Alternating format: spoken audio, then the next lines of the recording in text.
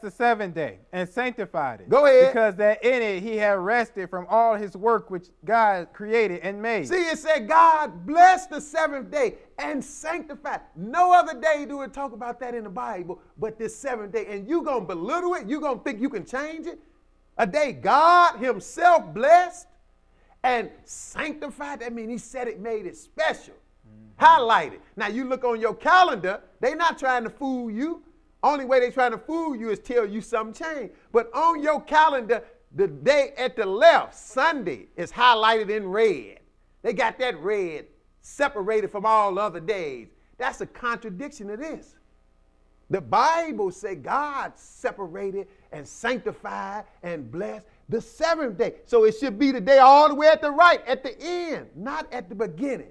So this is what you need to pay attention to. God blessed this day, the seventh day, and he sanctified it.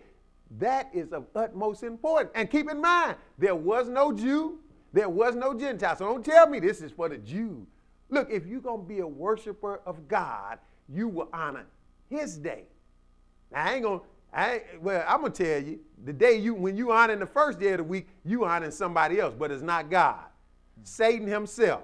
But we're gonna move further. Go to, did you finish that verse? Yes. Okay, God blessed and sanctified that day, the seventh day, because he rested on it. See, this is why the title of this lesson, this two-part series is The Holy Seventh Day. Brother and sister, once something is holy, you can't change that.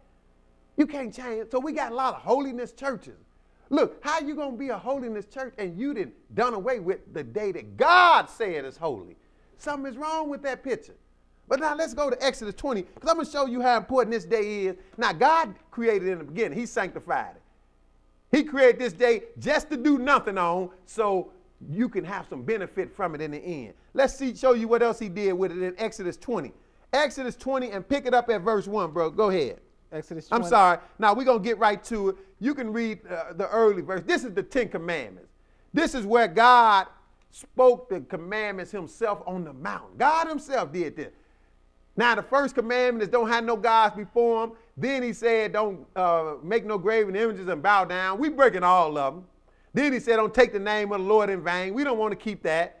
But now, the fourth commandment, in the middle of the Ten Commandments, he said what? Verse 8, Exodus 20 and 8. Go ahead. Remember the Sabbath day to keep it holy. 6 days shalt thou labor and do all thy work. Go ahead. But the seventh day is the Sabbath of the Lord thy God. In it thou shalt not do any work. Thou, nor thy son, nor thy daughter, nor thy manservant, nor thy maidservant, nor thy cattle, nor thy stranger that is within thy gates. See, nobody is supposed to work on that day. You shouldn't have nobody in your family, not if you own a business, you shouldn't make them work.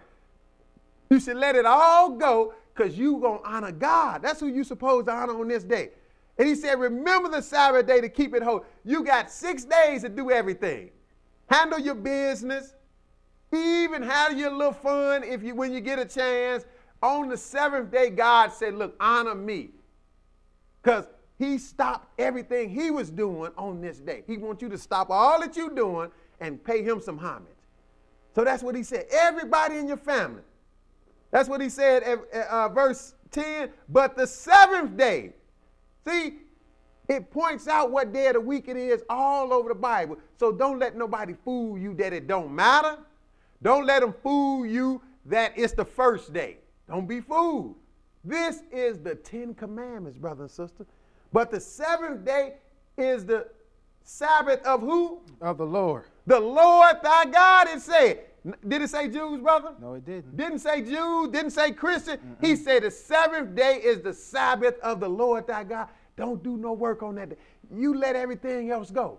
See, sometimes we so dumb, we don't know we need to stop and refresh our mind and put our attention on God. We think, oh, I got to be washing my car. I got to wash my clothes. You ain't got to do that. Think about God on this day. You go to church on Sunday, you can go to church on Saturday. What's the big difference? The big difference will be that you honoring God, though. But go ahead, verse 11. For in 6 days the Lord made heaven and earth, the sea and all that is in them is, and rested the seventh day. Therefore the Lord blessed the seventh day and hallowed it. Hallow mean made holy, don't it? Yes, it like does. it said in the Lord's Prayer, hallowed be thy name. The Lord blessed this day. We read it in Genesis 2, set it apart. Now he said he hallowed it. That means he made it holy. That's why the title is the Holy Seventh Day. That's this telling you how important it is. You're going to say you holy and you done away with the holy day. The day you supposed to pay your God some homage, you done away with it. Something is wrong with that picture. So he said, look, 6 days, he took you back to the beginning. God did everything in 6 days. God, in other words, is saying, be like me. Follow the example I said. And he set this example to benefit you. God did not need no rest. He didn't need no rest. This is for you. This show you this day got long-term implications. It's going to benefit us at the end. God didn't need no rest. So we get rest here and now, but it's commemorating what God did in the beginning, and he got something planned in the end for this day. We need some rest, brothers and sisters, as a whole, mankind, and we're going to get it. But you saying you don't want it when you throw this day away. But now, he said, for in 6 days the Lord made heaven and earth, the sea and all that in them is, and rested the seventh day. Wherefore the Lord blessed the Sabbath day and hallowed. Now this is the 10 Commandments, brothers and sisters. But now skip down just to show you how important this day is. We're going to compare it to some other commandments. Skip down to verse 13 and go ahead, bro. Thou shalt not kill. Thou shalt not commit adultery. Okay, now this day is in the same body with thou shalt not kill and thou shalt not commit adultery. So if you want to do away with this day, you know what you got to do. You got to do away with all of them. So that means if I don't have to keep the 7th day holy, I can steal and kill, commit adultery, can't I, brother? According to that doctrine. According to that, that's what I can do. But that's ludicrous. That means all of them good. I saw a preacher on TV try this though.